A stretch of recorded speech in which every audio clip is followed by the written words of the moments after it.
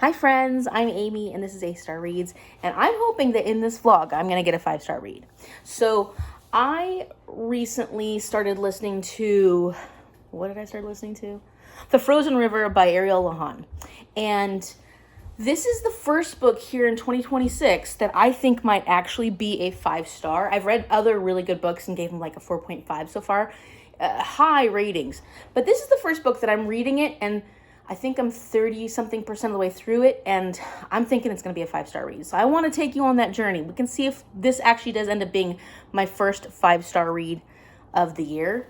I'm getting ready for work, so I'm putting my shoes and my socks on, which is why it's a weird angle. But I'm going to tell you about The Frozen River and why I'm enjoying it so much.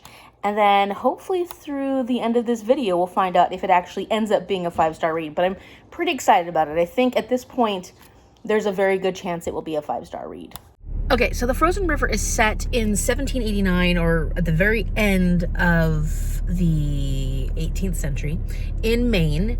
And it's about this midwife slash healer. And she is a very strong, important person within this community, this small community where people are caring and do take care of each other, but then they're quick to turn around and point fingers at each other when other things happen. And there are some really shady things that have happened within this community, including like who's in power and the kind of influence that they have. So our main character, Martha Ballard, is this midwife, and she is in her 50s, and she's an incredible character. Already I can tell based on her character that I'm gonna love this story. And I think that just going into it, this depiction of this community within the late 1700s is one that I am really enjoying. The way the setting and the community has been built by the author and the way the characters are portrayed by the author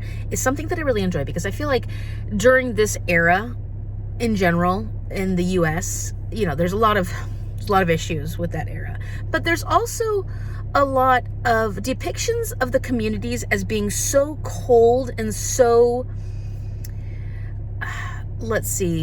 single-minded in a lot of ways that I feel were unrealistic for the goings-on, the everyday, day-to-day. And I know that like previous to that, during the witch trials and whatnot, there was a lot of intolerance by the community, but it always feels when I read those books like not a sustainable lifestyle. I feel like it's not a sustainable community. It's like, how do these people actually live their lives on a day-to-day? Now, during those books, obviously there's hysterics and there's a lot of blaming, and every character just seems like a cruel person, and it doesn't give a really complex view of the lifestyle people had at that time. And I feel like we're getting that from this book. I feel like I can see the humanity in the late 1700s. Now, I know that there are so many issues because of, well, there's just so many reasons, but like, at least we get to see the different characters, the different people, how they actually interact with each other.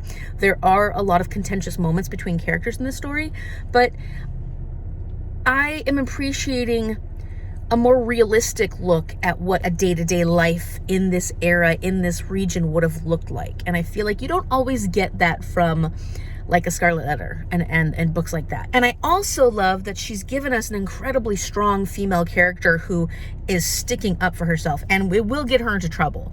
It will get her into trouble, but we're also getting to see where people appreciate that within the community, and how even within her family and within the people that are surrounding her, that support her, there is just so much more tenderness and compassion. She is, at the very beginning of this, investigating a dead body because she's called in to take a look at this dead body, and it turns out that this person was hung and beat because they were convicted of brutally essaying the local parson's wife. And, you know, there's a lot of anger and resentment towards this person, this guy that is showing up dead all of a sudden.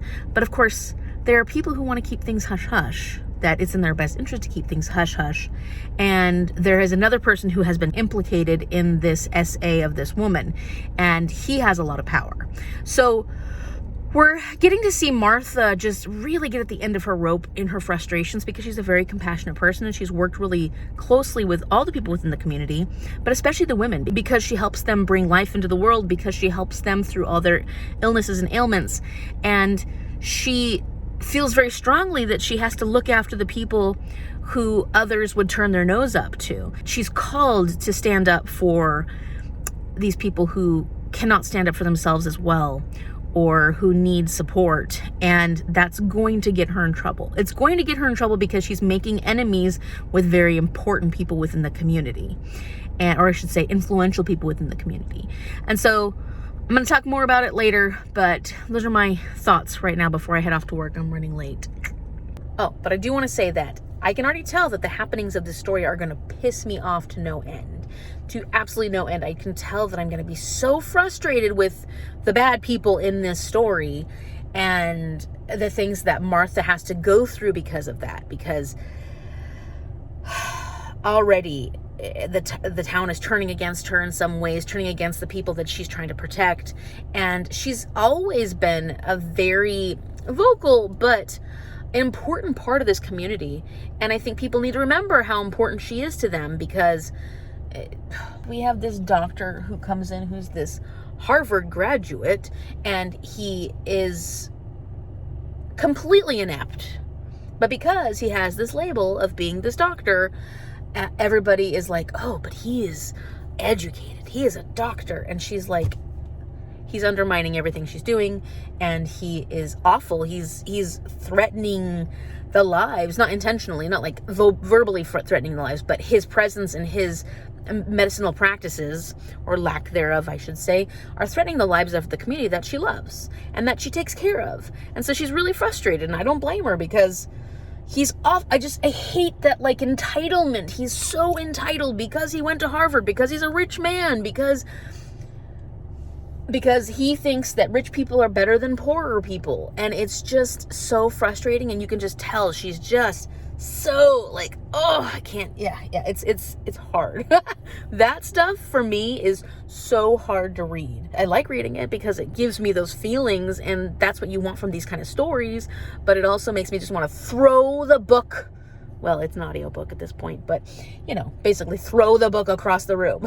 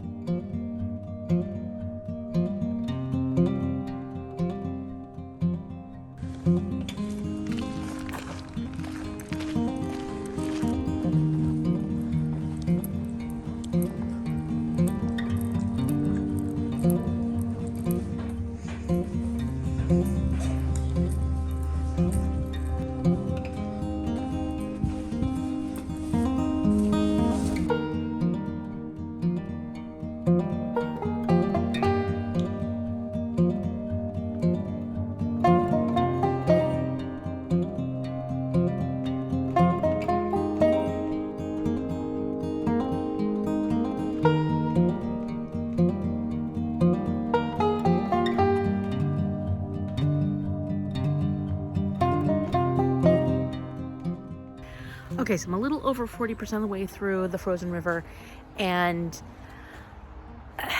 I got it from Libby on like one of those like jump the line, skip the line, you can have it for a week things, and that ends on Sunday. And I typically don't read audiobooks on the weekend because I usually read them while I'm driving, but if I'm cooking this weekend, which I do plan on doing some cooking, I'll try and listen to it then. But I may have to hold off on the audiobook of this for a little bit until I'm able to get it from Libby again. However, one of the things I wanted to mention yesterday that I didn't get a chance to mention was that if you like courtroom scenes and courtroom dramas, I don't know how much more courtroom stuff we're going to have in this. I'm pretty sure we're going to have more, but I feel like it does have some good courtroom moments. And so if that's something that's intriguing to you, I think this would be a book that you would enjoy, because I have a feeling we're going to get more of that, and I tend to like that in books.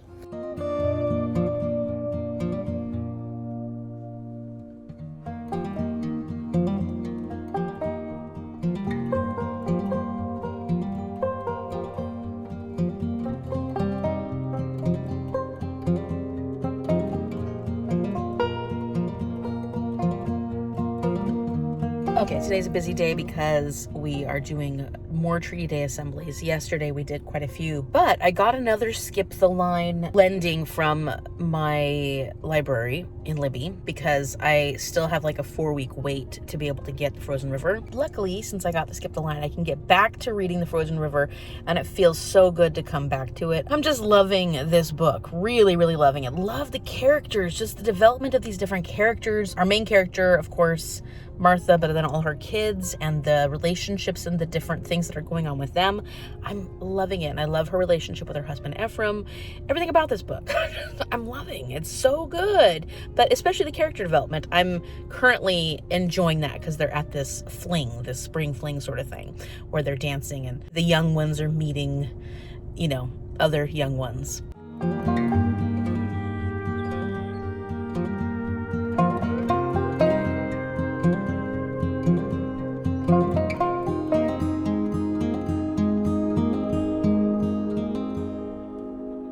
So many of them.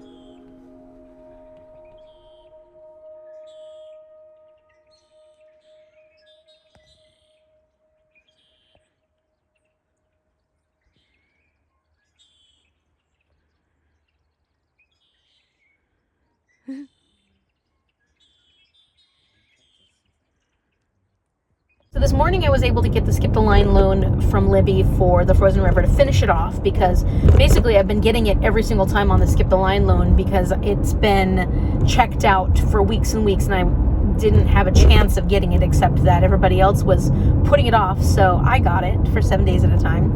And I have finished the Frozen River by Ariel Lawhon, and that's definitely a 5-star read. I found out by listening to the author's note at the end that it's actually based off this real life woman, Martha Ballard, who was a midwife. She was a midwife who delivered 1,000 babies, and she never lost a mother in childbirth. And she also kept meticulous records of her daily life. She had a journal, and she didn't have a lot of details about her daily life. It was very specific to what was going on, like what was the weather like, what day was it, and what exactly happened that day. But it's this complete intact collection of her journals. And so she has actually been written about as a biography, but our author kind of learned about her story and wanted to write a fiction story. But there's a lot of elements to the story that are based on the reality of Martha Ballard's writings and her journals, basically putting her spin on things, but then, telling you where she put her spin on things. So she gives you an idea of where things are different than the actual story. These could have been truths of Martha Ballard's story, but they're not necessarily. So it was so well written that I really want to go back and read more from Ariel Lawhon, because I feel like this author writes in a way that I really appreciate, and it's all about the character development. It is about the story and the thing that happens, these horrible events that happen. And of course, look up trigger warnings, because there is a lot of essay that happens, and it is a little graphic at times, because when she's in court, she's testifying and she's giving the reality of the situation, not Martha, but the woman who was attacked. She is letting everybody know what actually happened to her in the hopes that she gets some justice. And just be aware that this is a big feature of this story. It's an important part of this whole thing. And despite the fact that there's a murder and there's the essay and there's some really difficult topics happening in this story, it's a story about her family and her work as a midwife and the people that she cares about and how much she cares for not just the people of her family, although you really get a sense of that, but how much she cares for the people that live in the area that she lives. This was set in Maine, and I can't remember the name of the town right now. But I feel like Ariel Lawhon took it, made it her own, and made it this beautiful tribute to this woman, Martha Ballard, who, if it wasn't for her journals, her name would be lost to time. And so many women throughout history who've done amazing, amazing things have been lost to time because there wasn't anything written about them. And at that time, it would have been written about their husband. It wouldn't have been written about them. So I feel like this was this love note to women and the amazing things that they have done throughout time. This is absolutely a 5-star read. I'm very excited that I had the foresight to put together this vlog thinking that this would be my first 5-star of the year. It didn't actually end up being my first 5-star of the year, though, because I recently read Matilda by Roald Dahl for a Her Kid prompt. and it was a childhood book that you didn't read during your childhood, and I never read Matilda as a child. So I read that recently, and it ended up being a 5-star because even though I actually loved The Frozen River way more, Matilda was just as problematic as Roald Dahl is. He knew how to write, and Matilda was a fantastic, funny, well-written story, and it does not depict everyone well, especially certain teachers, not all teachers. Miss Honey was great, but Miss Trunchbull was horrible. But that was like specific to Miss Trunchbull, and it was a 5-star because it earned the 5-star. It deserved a 5-star. To me, it deserved a 5-star. As a middle grade read, that is basically a classic at this point, a modern day classic, and I had a fun time reading that, listening to it on audiobook. It was a great audiobook. So that one I actually ended up finishing before The Frozen River, so it was my first 5-star read of the year, even though I started this with the intention of The Frozen River, thinking that The Frozen River would be my first 5-star read of the year. So, I mean, it's technically my second 5-star read of the year, but it is my favorite 5-star read of this year so far.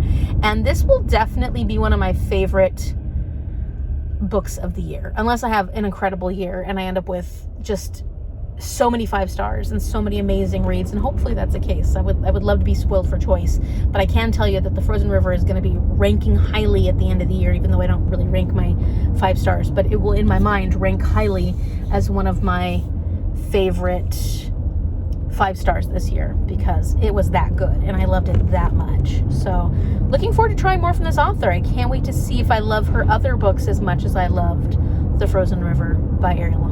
So now I'm gonna go get pizza for lunch at this delicious little bakery that I like to go to, and I'm gonna go see some kiddos, work with them, and I'm looking forward to finding out what my next 5-star read is gonna be, and I'm hoping that it won't take me too long to get to it. If you like this video, give it a big thumbs up and subscribe so you can see what happens the next time I read a 5-star book. Maybe I will do something like this again if I catch it soon enough, if I realize soon enough that it's going to be a 5-star. Thank you so much for watching, and I will see you later. Bye.